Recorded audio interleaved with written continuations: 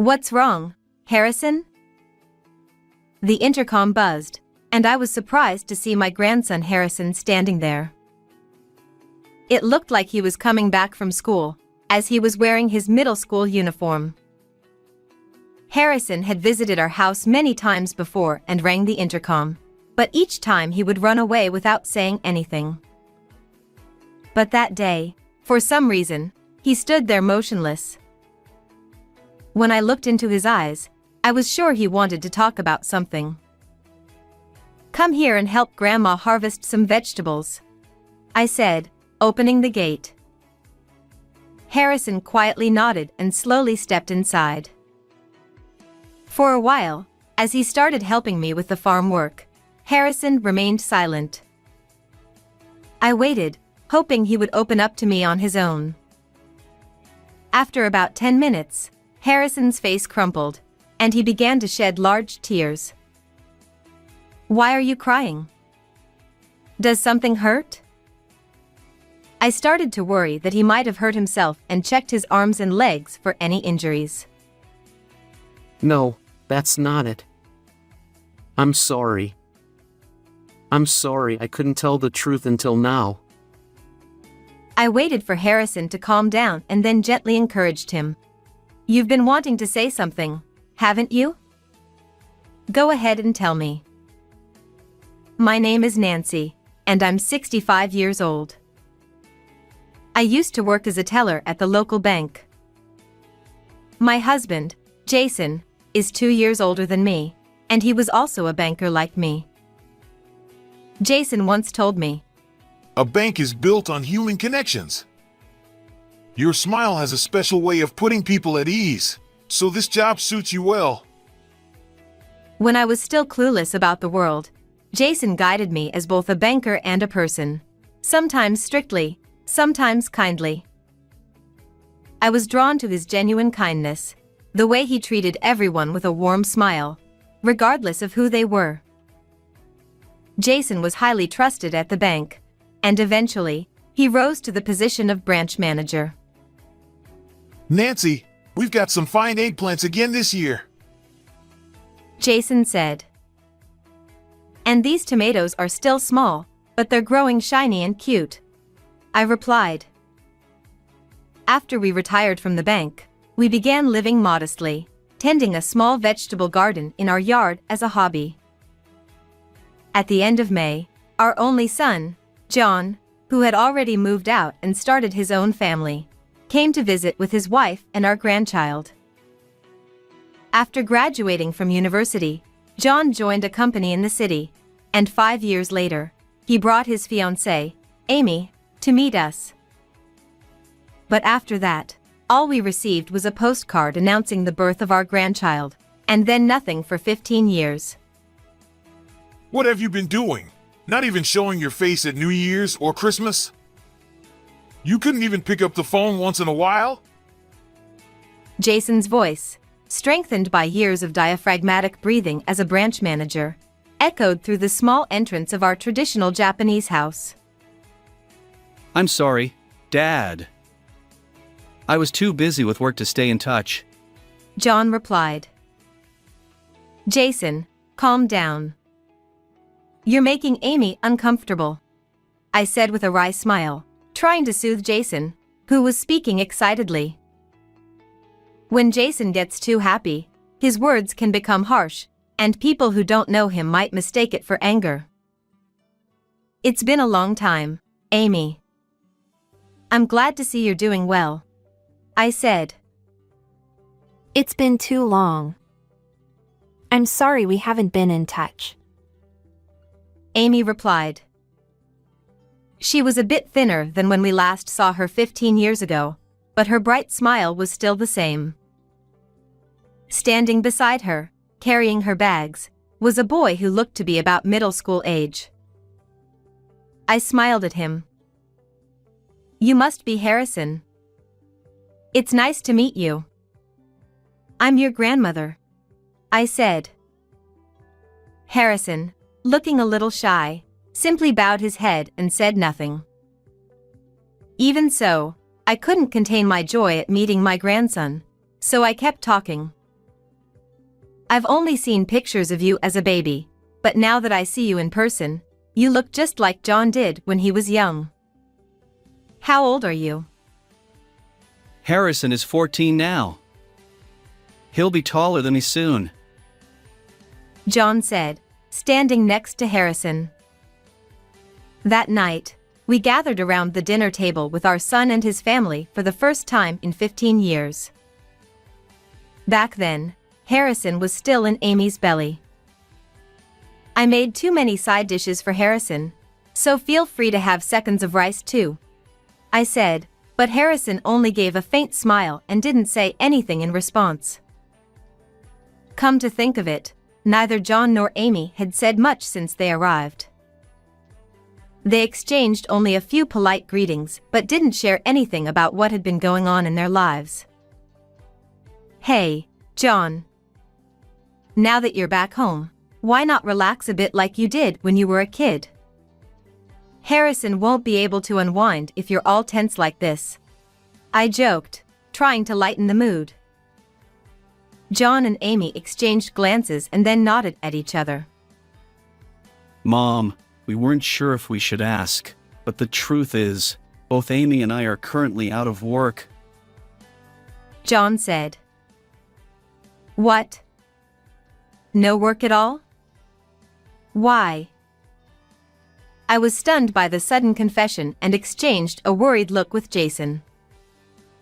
We both worked at the same company, but things got complicated, and we got tired of the office politics. So, we decided to quit and look for new jobs, but we haven't found anything yet. I hate to ask, but could we come here for dinner a few times a week? Amy's a great cook, and I can help out with cleaning or anything else.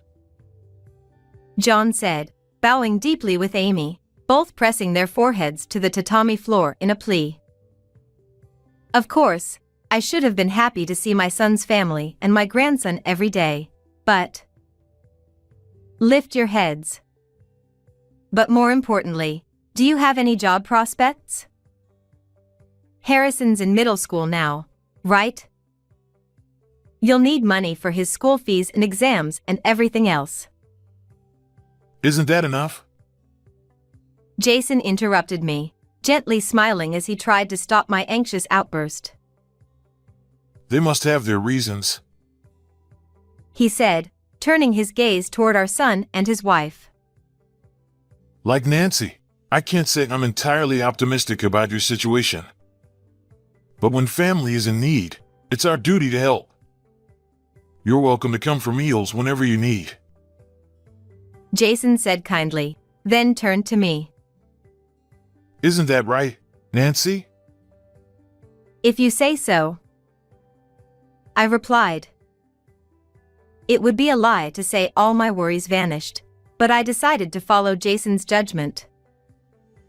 With Jason's approval, our son's family started visiting us 2 or 3 times a week from that day on. During the day, John and Amy seemed to be juggling part-time jobs while searching for something more permanent. Seeing John sighing as he looked at his bills from a bank made me want to reach out and help in any way I could. Are you managing okay? If it's too hard, don't hesitate to move in with us, I offered. There's no need to worry, Mom. We'll keep trying a little longer. John replied with a smile. I decided to trust his words. By mid-June, the rainy season was in full swing, with heavy rain falling day after day. Are you leaving early tomorrow? The rain seems to be getting stronger. If you have time, why don't you stay over? Jason suggested.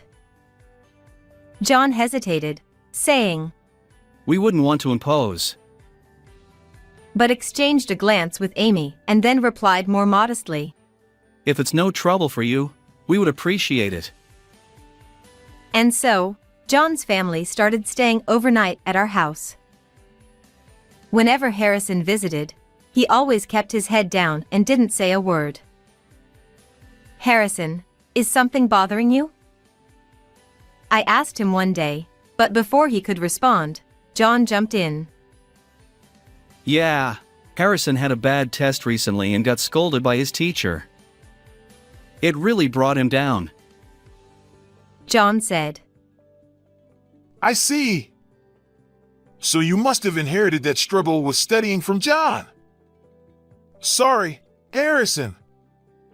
It's all your dad's fault that your grades aren't great. Which means it's my fault. Jason joked. Harrison nodded slightly, but I couldn't shake the feeling that he was just trying to be polite for John's sake. Around this time, Harrison began visiting our house almost daily, even on days when he wasn't staying over. He would ring the intercom and then stand there for a while, silently watching us through the window. But when I'd call out, "Come in," he would look startled and dash off to the bus stop as if he were fleeing. Since he was always in his school uniform, it must have been on his way home from school. "What's going on with Harrison?" I asked Jason, concerned about his odd behavior. I don't think you need to worry too much. He's 14. It's not unusual for a kid that age to have a problem or two that they don't want to share with adults. Jason replied. That may be true, but even though I knew that was possible, I couldn't help but feel that Harrison's daily visits, even in the pouring rain, had some deeper significance. In early July, the rainy season took a brief break, leaving us with damp and muggy days.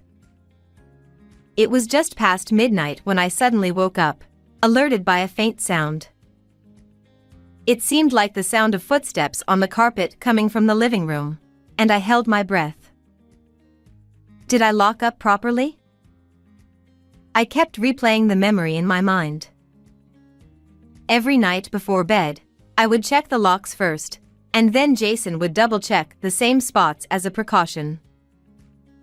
Even if I had missed something, meticulous Jason would never overlook it. I reached for my smartphone by my bedside and, clutching it tightly, cautiously opened the door to the living room. Using the faint light from my phone, I scanned every corner of the room, but nothing seemed out of place.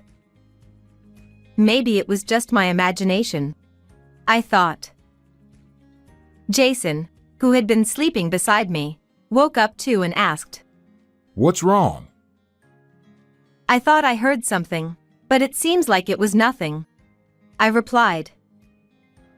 I definitely locked up. But if you want, we can check again. Jason offered. We wouldn't want to wake John and the others with all this noise. Let's just go back to bed, I suggested. Neither of us thought much of it, so we returned to the bedroom and went back to sleep. I don't know how much time had passed when I was awakened again, this time by hurried footsteps and voices from John and his wife. Hey! Hurry up! John shouted. Harrison, forget about washing your face. Just grab your things and put on your shoes. Amy urged. The sudden commotion jolted me fully awake. The sky outside was pitch dark, with not even a hint of moonlight seeping through the curtains. I slipped out of bed and made my way to the living room, where John and Amy were rushing around. It was just after 4 a.m. You're up early. What's the rush at this hour? I asked. John jumped, startled, and dropped the Boston bag he was holding. The bag landed with a heavy thud, its contents clearly weighing it down. Mom, why are you up so early? John asked, trying to sound casual. I could ask you the same thing. And what's in that bag? I replied. John quickly picked up the bag and hid it behind his back. It's nothing. Just some important work stuff. He said hastily. That's right. Nothing for you to worry about, Nancy. Amy added, laughing a bit too loudly. Work. What? Did you find a new job? I asked, confused. Yes, that's right. I just got a call from, a college friend. I need to head to the company right now. John stammered, with Amy nodding vigorously beside him. Well, congratulations. But isn't this a bit sudden? Won't you have breakfast first? I asked. There's a meeting first thing in the morning. It's a long drive, so we'll have to skip breakfast. John replied quickly. At that moment, Jason came into the room. This is all happening fast. Are you sure this company is trustworthy? Jason asked, reverting to his old branch manager's concerned tone. Dad, you've always been such a worrywart. It's fine, really. The company is run by a college friend, and everyone there is kind and trustworthy. There's nothing to worry about. John said. Well then, I suppose it's not my place to interfere. Jason said, nodding in agreement. John also nodded, visibly relieved. Anyway, we should get going. John said, as he and Amy made a move toward the front door. But for some reason, Harrison seemed glued to the spot, refusing to move from the entrance. What are you doing? Let's go! John grabbed Harrison's arm and forcibly dragged him outside. Does Harrison really need to go? With summer vacation coming up, he could stay with us. I offered. Amy replied. We appreciate your kindness, Nancy, but we really can't impose on you any further. Thank you, though. Ignoring my attempt to stop her, Amy took the bag from John and headed to the car. John, meanwhile, pulled Harrison's arm firmly and scolded him. Enough of this nonsense. All we could do was watch helplessly as they drove away. Jason said, Well, at least John's got a job now. All we can do is support them. That's true, but... Unlike Jason, who was genuinely supportive, I couldn't help but worry about Harrison. His behavior just didn't sit right with me.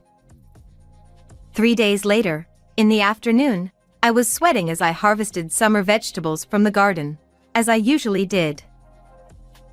After about an hour of work, I took a break in the living room, sipping some juice when the doorbell rang. I thought it might be a delivery, so I opened the door, and there stood Harrison, who was supposed to have left with his parents. Harrison, what's going on? I asked, trying to contain my surprise and happiness. Normally, Harrison would run off to the bus stop the moment I spoke to him, but today, he just stood there, not moving an inch. What's wrong? Why don't you come inside? I asked, noticing that he seemed to want to say something. Would you like to come and help Grandma with the vegetable harvest? Is that okay? I suggested, trying to coax him in. Harrison seemed to hesitate, looking back at me silently, unsure whether to enter. Your grandpa's out at a neighborhood meeting, so if you could help me instead, I'd really appreciate it. I added, opening the gate and beckoning him in. Finally, Harrison nodded quietly and walked inside. For a while, as he helped me in the garden, Harrison remained silent, and I patiently waited for him to open up on his own. About 10 minutes later, I noticed a black snake slithering near Harrison's feet. The snake had already coiled, ready to strike, but Harrison hadn't noticed it yet. Harrison! Watch out! I shouted instinctively, pushing him aside. The snake lunged and bit into my arm instead. Realizing what had happened, Harrison let out a small scream, but when he saw the snake biting me, he grabbed a nearby stick and chased the snake out of the yard, shouting, Get away from my grandma! Harrison was about to continue chasing the snake, but I stopped him, saying, Thank you, that's enough. That snake must have been startled, thinking it was about to be stepped on. I added, trying to ease Harrison's anxiety with a smile. But Grandma, it bit you! Harrison said, his voice filled with concern. Don't worry, that snake isn't venomous. I'm fine, I reassured him. Suddenly, all the strength seemed to drain out of Harrison, and he collapsed to the ground. Why did you protect me? He asked, looking up at me with a puzzled expression. Why would you even ask that? I replied, equally curious. You're my precious grandson, of course I'd protect you. At that moment, Harrison's face crumpled, and he began to cry, tears streaming down his cheeks. Why are you crying? Are you hurt somewhere? I asked, worried that he might have been injured, and I checked his arms and legs for any signs of harm. No, that's not it. I'm sorry. I'm so sorry for not telling you the truth sooner. Harrison sobbed. I waited for him to calm down, then gently encouraged him. You've been wanting to say something, haven't you? Go ahead, tell me. Harrison took a deep breath and said, Mom and Dad made me promise not to say anything. Then, he slowly took off his shirt, revealing his back covered in bruises and scrapes. I was speechless, shocked by the sight before me. Did John do this to you? I asked softly. Harrison nodded and began to tell me everything. After losing their jobs, my son and his wife had fallen into gambling. On the days when things didn't go well, they would take their frustrations out on Harrison. Harrison also revealed that the reason they had returned home was to get their hands on the gold bars Jason kept in a safe in the living room, a part of his savings for retirement. I overheard them talking about their plan. Harrison confessed. They threatened me, saying I'd regret it if I told you and Grandpa. Terrified by his father's threats, Harrison had been unable to tell us the truth and had been suffering alone all this time. Once they discovered the safe's code, my son and his wife packed the gold bars into a bag, converted them to cash the same day, and left for a trip to Hawaii, abandoning Harrison. You were so brave to tell me all this, I said, pulling Harrison into a tight hug as he cried in frustration and sorrow. An hour later, I told Jason about everything when he returned from the neighborhood meeting. I can't believe this. He said. Though Jason seemed to understand what I was saying, his desire to believe in our son was stronger. It's the truth. The gold bars are gone, I insisted. Jason quickly went to the living room, opened the safe, and checked inside. No! But that doesn't mean it was them. Maybe someone broke in from the outside. Yes! You mentioned something about hearing strange noises that night, didn't you? Jason was still trying to convince himself of John's innocence. But you made sure all the doors were locked that night, didn't you? And besides... What is it? Is there something else? Jason asked, noticing my hesitation. I debated whether to show him, but then I made up my mind and showed Jason the video saved on Harrison's phone. His face contorted with a mix of sadness and anger as he watched the video. It clearly showed John and Amy sneaking into the living room at night, taking the gold bars out of the safe, and stuffing them into a Boston bag. I didn't want you to see this, but this is the reality, I said, holding Harrison close and appealing to Jason's heart. Harrison's back is covered with scars. He says John did this to him. Harrison knew about his parents' plan, but he was too terrified to speak up. Even today, he must have been scared. Yet, he found the courage to tell us the truth. We can't turn a blind eye to his bravery. The one who's suffering the most isn't me or you, it's Harrison. Jason quietly looked down at Harrison's face, then gently patted his head. It must have been so hard for you. So painful. I see now. Grandpa was wrong. I was wrong. Harrison, please forgive me. Jason said, shaking his head vigorously to dispel his sadness, which quickly turned into an expression of anger. A week later, Jason and I visited the apartment where our son's family was living, guided by Harrison. They're supposed to return today, right? I asked for confirmation, and Harrison answered clearly, yes. There's nothing in the fridge. What kind of life were they living? Jason said, checking the kitchen. According to Harrison, they left just enough money for 10 days of food before going on their trip. Soon, we heard a familiar car engine stop in the parking lot.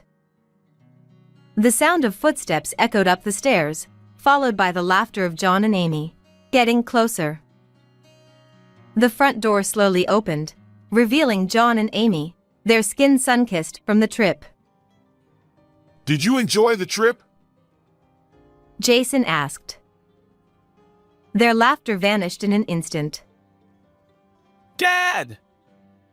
What are you doing here? John exclaimed.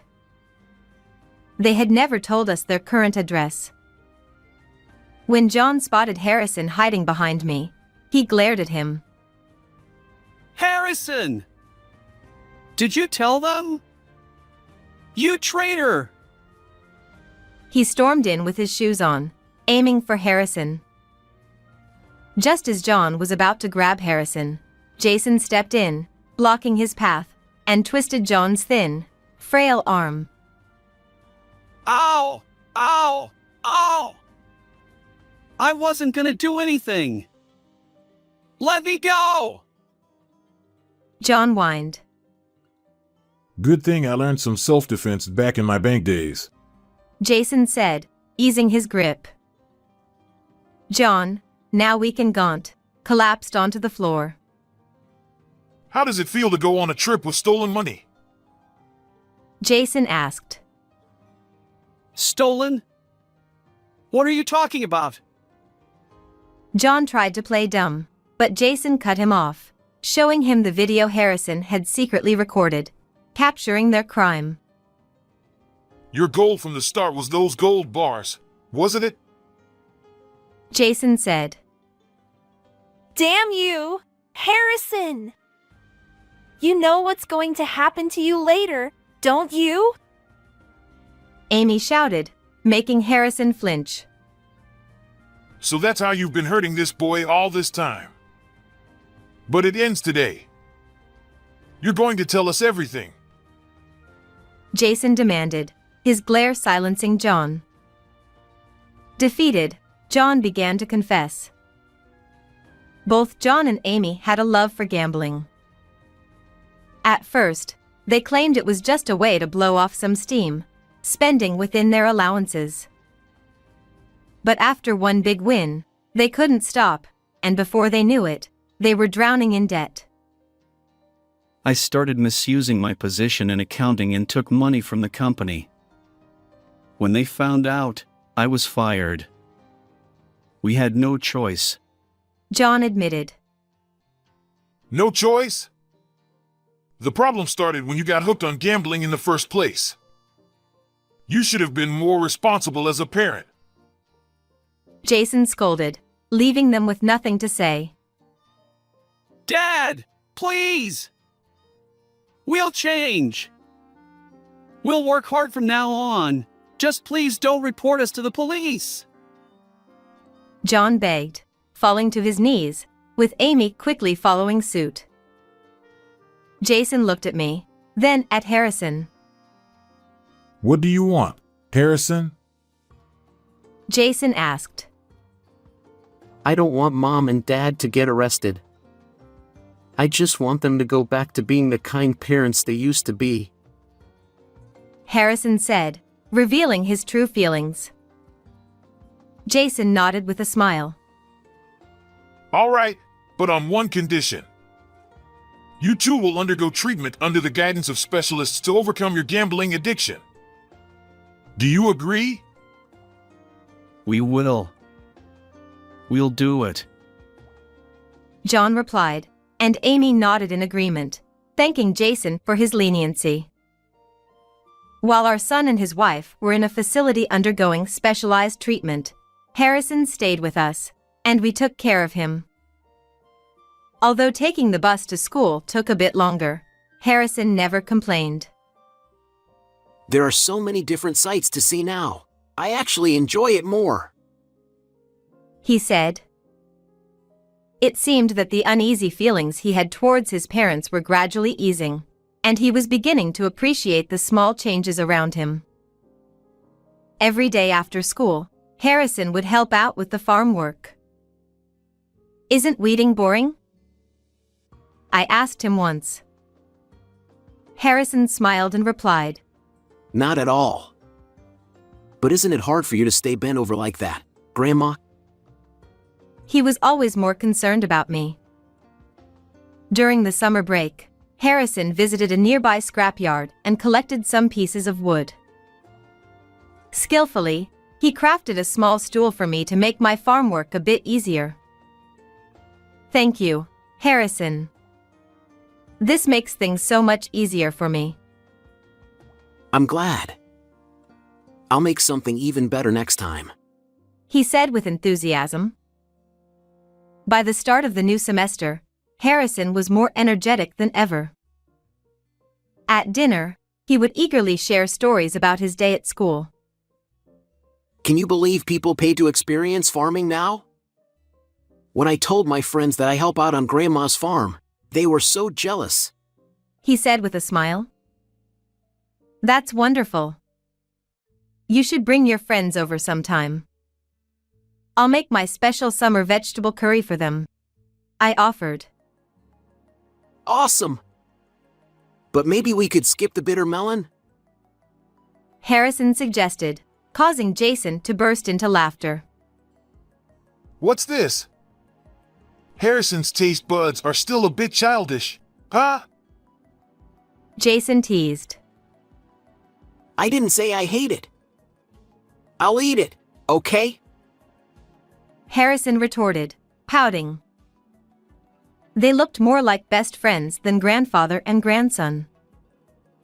Harrison, who used to rarely speak, was now openly expressing his thoughts with us, filling our home with laughter. Grandpa, thank you for always thinking of me. Harrison said seriously, which made Jason look away, a bit embarrassed. It was Nancy who saved you, not me. I'm just an old man who didn't notice anything. Jason replied. Harrison shook his head firmly. That's not true. You set the safes combination to my birthday, didn't you? I overheard Mom and Dad talking about it. Jason smiled softly. That's hardly something to be thanked for. You're our precious grandson. We couldn't see you for so long, but I never wanted to forget your birthday. Thank you, Grandpa. Harrison said again, his gratitude clear. We continued to receive daily letters of remorse and apology from our son and his wife at the facility. I found such comfort in the time I spent with Harrison that I sometimes wished it could last forever. But I knew that, in the end, he needed his parents, and one day he would return to them. Perhaps, Once John and Amy completed their treatment and overcame their addictions, we could all go on a family trip together. As I savored these irreplaceable moments of happiness, I held on to the hope that they would one day truly repent. How did you like today's story? Don't forget to subscribe to the channel. See you in the next video.